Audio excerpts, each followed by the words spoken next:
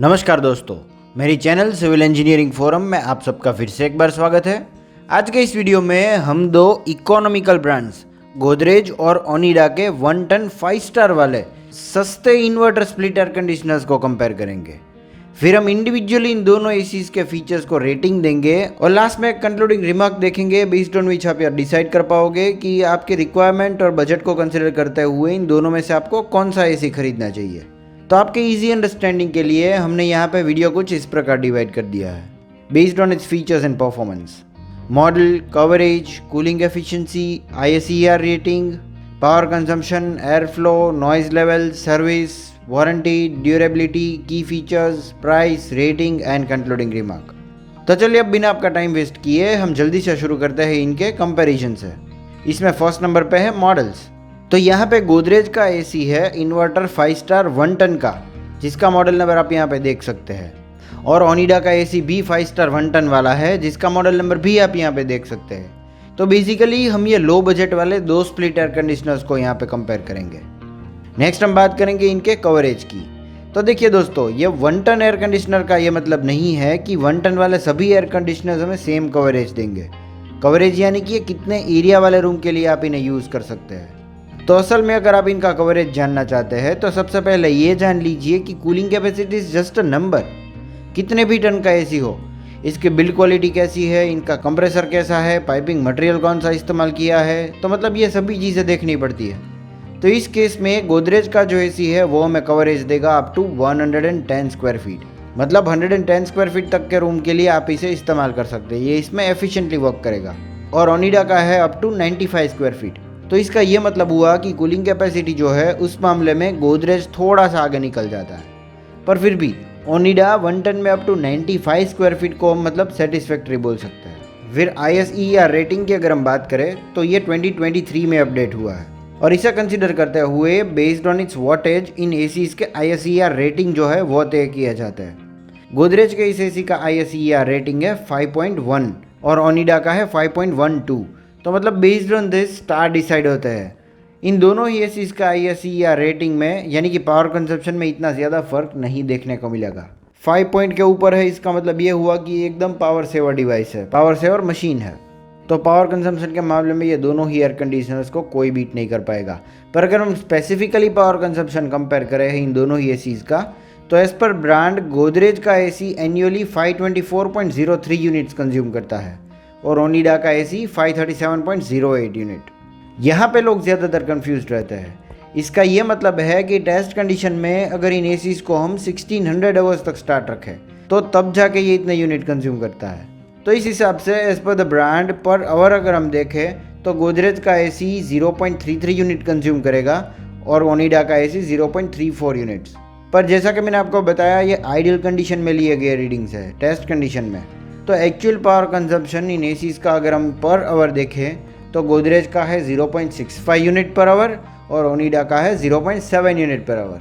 तो power consumption consider करें तो लॉन्ग टर्म में आपको इन दोनों ही एसीज का इलेक्ट्रिसिटी बिल अप्रॉक्सीमेटली सेम रहेगा। ये दोनों ही पावर सेवर डिवाइसेस है। फिर नेक्स्ट नंबर पे है एयर फ्लो।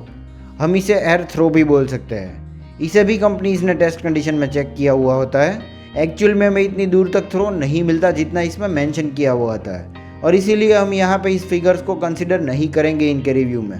पर हाँ, as per customer reviews Godrej के एयर थ्रो को मैं रिमार्क दूंगा गुड और ओनिडा को एक्सीलेंट। नेक्स्ट हम बात करेंगे इनके नॉइस लेवल्स की। कोई भी स्प्लिट एयर कंडीशनर्स का इंडोर यूनिट 20 से 50 डेसिबल तक साउंड प्रोड्यूस करता है। जितना ज़्यादा साउंड उतना ज़्यादा डिस्टर्बेंस, ऑब्वियस सी बात है। तो यहाँ पे गोदरेज का ऐसी फुल कैपेसिटी के साथ अगर हम स्टार्ट रखें तो ये 37 डेसिबल तक साउंड प्रोड्यूस करता है और ओनिडा का एसी 35 डेसिबल तक। तो ये नॉइस लेवल्स और डिस्टर्बेंस के मामले में ओनिडा थोड़ा सा आगे निकल जाता है। बाकी दोनों ही एसी को हम साइलेंट बोल सकते हैं ये, और यहाँ पे इतना ज़्यादा फ़र्क इन दोनों ही एसीज में नहीं देखने को मिलेगा। नेक्स्ट पॉइंट है इनकी सर्विसिंग। ये दोनों ही ब्रांड्स में हमें बेस्ट सर्विस मिल जाती है। पूरे इंडिया में सभी जगह पे इनके सर्विस सेंटर्स अवेलेबल है। कहीं भी इनके पार्ट्स भी आपको मिल जाएंगे, और इवन नॉर्मल टेक्नीशियन भी इन एसीज को रिपेयर कर सकता है क्योंकि इनमें से कोई ऐसे खास फीचर्स नहीं दिए गए। फिर नेक्स्ट आती है सबसे सिग्निफिकेंट चीज़, इनकी वारंटी। तो यहाँ पे गोदरेज में हमें बाकी सभी अच्छी ब्रांड्स की तरह 1 year comprehensive warranty on product मिल जाती है एंड 10 ईयर्स ऑन कंप्रेसर मिलती है। और ओनिडा में भी यहाँ पे 1 year comprehensive warranty on product मिलती है, पर कंप्रेसर में सिर्फ यहाँ पे 5 ईयर्स की ही वारंटी मिलती है। तो यहाँ पे ओनिडा थोड़ा सा पीछे रह जाता है। पर एक चीज़ जो ये दोनों ही ब्रांड प्रोवाइड नहीं करती वो है पीसीबी पे वारंटी। कोई भी एसी में सबसे ज़्यादा ख़राब होने वाली चीज़ जो है वो पीसीबी है। पीसीबी के सबसे ज़्यादा चांसेस है ख़राब होने के, और ये ख़राब हो जाता है तो क्या है कि 4 से 5 हज़ार रुपये का खर्च आता है। तो ये दोनों ही ब्रांड्स में उस चीज़ पे वारंटी नहीं दी, और हालांकि ओनिडा में तो कंप्रेसर पे भी 5 ईयर्स की वारंटी दी है। तो इस मामले में गोदरेज थोड़ा आगे निकल जाता है। फिर नेक्स्ट आती है इनकी ड्यूरेबिलिटी, कौन सा एसी ज़्यादा टिकता है। तो देखिए दोस्तों, ये दोनों ही एसीज की लाइफ 12 ईयर्स तक है as per customer reviews and researchers. ये मैं नहीं बता रहा हूँ, कस्टमर रिव्यूज़ जो है उसके बेसिस पे, ब्रांड वैल्यूज़ जो है उनके बेसिस पे ये दोनों ही एयर कंडीशनर्स जो है वो 12 ईयर्स तक टिक सकते हैं, अगर आपने इनको टाइमली बेसिस पे सर्विस करवाया है और ठीक से मेंटेन किया है, और अगर आप इन्हें रेगुलर बेसिस पे यूज़ करते हैं तब जाके इतनी लाइफ है इनकी। और फिर हम बात करेंगे इन दोनों ही एसीज के सभी की फीचर्स के बारे में। तो सबसे पहले हम बात करेंगे गोदरेज की एसी की। तो यहाँ पे फर्स्ट नंबर पे है 5-in-1 कन्वर्टेबल एसी। कोई भी कंपनी जब ये क्लेम करती है कि इसमें 4-in-1, 5-in-1 या फिर 7-in-1 कन्वर्टेबल मोड दिया है, तो इसका ये मतलब है कि ये हमारे एसी को 30%, 40, 50, 70, 80 या फिर 120% तक की कूलिंग कैपेसिटी पे कांस्टेंट सेट कर देता है, और ये मतलब इस तरह से कन्वर्टेबल है। पर दोस्तों एक्चुअल में अगर हम देखें तो इसमें क्या होगा कि कोई भी कूलिंग मोड ऑपरेट करके आप एक इन्वर्टर एसी को नॉन इन्वर्टर में कन्वर्ट कर रहे हैं। इसका कूलिंग मोड जो है वो मतलब आप मैन्युअली सेट कर रहे हैं। तो अगर मुझसे पूछा जाए तो यह सिर्फ एक मार्केटिंग स्टंट है, कोई भी कंपनी का मार्केटिंग स्ट्रेटेजी है उनके एसीज बेचने के लिए। सिर्फ इन कंपनीज की मैं बात नहीं कर रहा हूँ, बाकी और बहुत सारी कंपनीज जो है वो ऐसे फीचर्स जो है वो क्लेम करती है। फिर नेक्स्ट है iSense टेक्नोलॉजी। इसमें क्या है कि रिमोट में सेंसर्स दिए गए होते हैं जो कि सराउंडिंग टेम्परेचर को सेंस कर सकते हैं, और इस तरह से ये ऑटोमेटिकली हमारे एयर कंडीशनर्स को कंट्रोल करता है to match and set the temperature around you. इससे आपको क्या है कि अटमोस्ट कंफर्ट मिलेगी। फिर नेक्स्ट है ब्लूफिन एंटी कोरोसिव कोटिंग। तो मतलब क्या है कि इसकी कूलिंग फिन्स पे एपॉक्सी कोटिंग दिया गया होता है, जिसकी वजह से क्या है कि ये लॉन्ग टर्म में ये ड्यूरेबल रहे और गैस को लीक ना करे। नेक्स्ट पॉइंट है हैवी ड्यूटी कूलिंग। तो ये एयर कंडीशनर्स इंडियन क्लाइमेट को ध्यान में रखते हुए डिज़ाइन किए गए हैं। इसका जो ट्रॉपिकल कंप्रेसर है वो ये इंश्योर करता है कि 52 डिग्रीज तक की भी अगर आपका आउटडोर टेम्परेचर है तब भी आपका एसी जो वो एफिशिएंटली वर्क करेगा। नेक्स्ट है एंटी डस्ट फिल्टर। इसमें क्या है कि आपका इंडोर यूनिट जो है वो आपके रूम के अंदर जो कोई भी डस्ट है, हेयर, पैट, डेंडर, कोई भी डस्ट हो, वो सब क्या है कि खींच लेता है अपनी तरफ, और इस तरह से आपको क्लीन एयर मिल जाती है ब्रीथ करने के लिए। तो ये एसी आपकी हेल्थ के लिए भी अच्छा है। Next acoustic jacket for silent operation. इसके आउटडोर यूनिट में क्या है कि ये मेटल के अंदर एक एकॉस्टिक जैकेट दिया होता है, जो कि ये आउटडोर यूनिट के फैन से आने वाला आवाज़ जो है वो उसको ट्रैप कर लेता है, वो बाहर नहीं निकलता। और इंडोर यूनिट के साथ साथ ये आउटडोर यूनिट भी एकॉस्टिकली साउंड प्रूफ हो जाता है। तो कई बार क्या होता है कि आपका इंडोर यूनिट तो साइलेंट रहता है, पर अगर आपका आउटडोर यूनिट जो है वो आपकी विंडो के पास अगर इंस्टॉल किया है तो वहाँ से भी आवाज़ आता है। तो इस केस में यह प्रॉब्लम जो है वो एलिमिनेट हो जाएगा। तो ये एक अच्छी चीज़ लगी मुझे गोदरेज की। नेक्स्ट है fire proof metal guard on PCB. तो हालांकि गोदरेज जो है वो पीसीबी पे हमें वारंटी नहीं देती, पर फिर भी इसमें क्या है कि पीसीबी पे हमें एक केसिंग मिल जाता है फायर प्रूफ मेटल गार्ड से बना। ये फायर प्रूफ होता है और इसके साथ साथ ये आपकी पीसीबी को हीट भी नहीं होने देता। नेक्स्ट इसमें 100% कॉपर कंडेंसर मिल जाता है, और R32 रेफ्रिजरेंट गैस दिया है इसमें, जो कि आपकी हेल्थ और एनवायरनमेंट दोनों के लिए सेफ है एज पर द नॉर्म्स। तो ये बात हो गई गोदरेज के एयर कंडीशनर्स के की फीचर्स की। अब हम बात करेंगे ओनिडा की। तो इसमें फर्स्ट नंबर पे है फ्लेक्सीफाई टेक्नोलॉजी। तो ये टेक्नोलॉजी क्या है कि सिमिलर टू गोदरेज है, जहाँ पे हमें 5-in-1 कन्वर्टेबल मोड मिल जाता था, पर यहाँ पे क्या है कि फ्लेक्सीफाई टेक्नोलॉजी बोलते हैं इसे, जिसमें फिर से यहाँ पे आप कोई भी मोड सेट कर सकते हैं। Feather cool, efficient cool, sense cool, super cool, turbo cool, जिसमें 40, 60, 80, 100 या फिर 120% तक की कूलिंग कैपेसिटी पे आप इन्हें सेट करते हैं। तो ये फिर से हो गया इसका पब्लिसिटी स्टंट, और कुछ नहीं है, मार्केटिंग स्ट्रेटेजी है एसी बेचने की। क्योंकि फिर से मैं बता रहा हूँ, आप इसमें क्या है कि एक इन्वर्टर एसी को नॉन इन्वर्टर में सेट कर रहे हैं, मैन्युअली आप इनका पावर कंजप्शन जो है वो सेट कर रहे हैं। नेक्स्ट है cool even at 55 degrees ambient temperature. तो ये एसी भी मतलब क्या है कि इंडियन क्लाइमेट को कंसिडर करके डिज़ाइन किया है। आउटडोर टेम्परेचर अगर 55 डिग्रीज तक भी चला जाता है तब भी आपको आपके रूम के अंदर एक एफिशिएंट कूलिंग मिलेगी, आपको मतलब बाहर का टेम्परेचर है वो फील नहीं होगा।